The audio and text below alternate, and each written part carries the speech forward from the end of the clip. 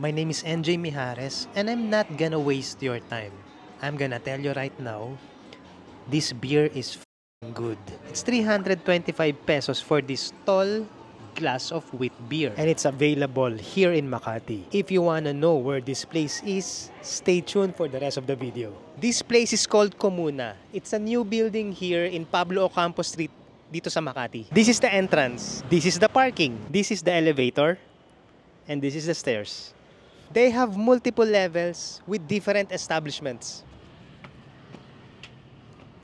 This is the second level garden/courtyard. This is where they do some of the events they sponsor for the local art community. If you're a fan of Goto, they have here Goto Monster. Pero meron din silang ditong mga bagnet, lugaw, sisig, ano pa ba?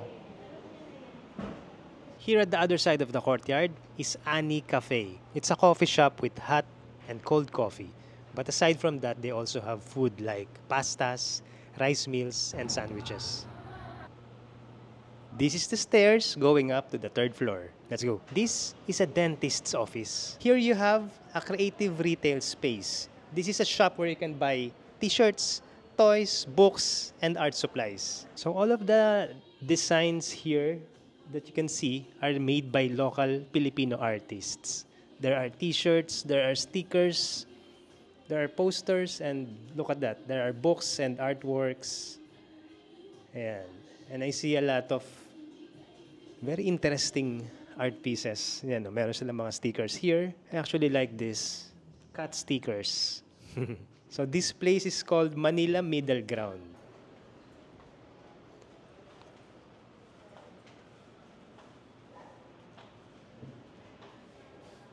This is Rice Space Art Gallery. This is Lowbro. They have sandwiches and drinks. Here, they have what I think is a private office or some sort of a co-working space. But of course, for me, the most important spot here at Comuna is this. This bar is called Palm Tree Abbey. And this is where they brew their beers. Behind the bar is the brewery. Aside from beers, they have books. They have art materials here. If you're feeling artsy, you can take some of these colored pencils, papers, and contribute in the gallery here. They have record players and vinyl records. And look at this interior design. It's so aesthetic.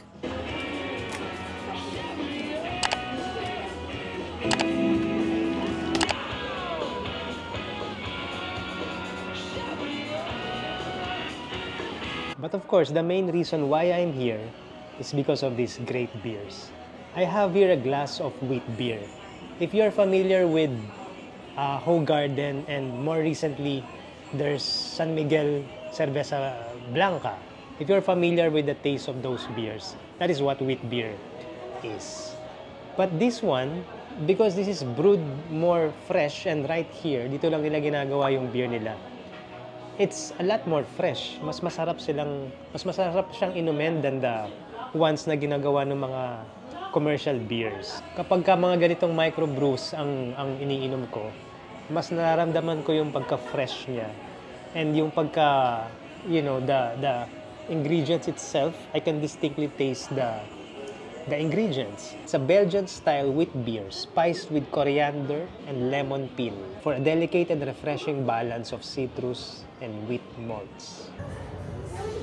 So aside from Palm Tree Abbey, I have another favorite place where I always drink my craft beers. It's also a brewery and it's called El Deposito in San Juan, Metro Manila. If you wanna watch an episode of that, click right here.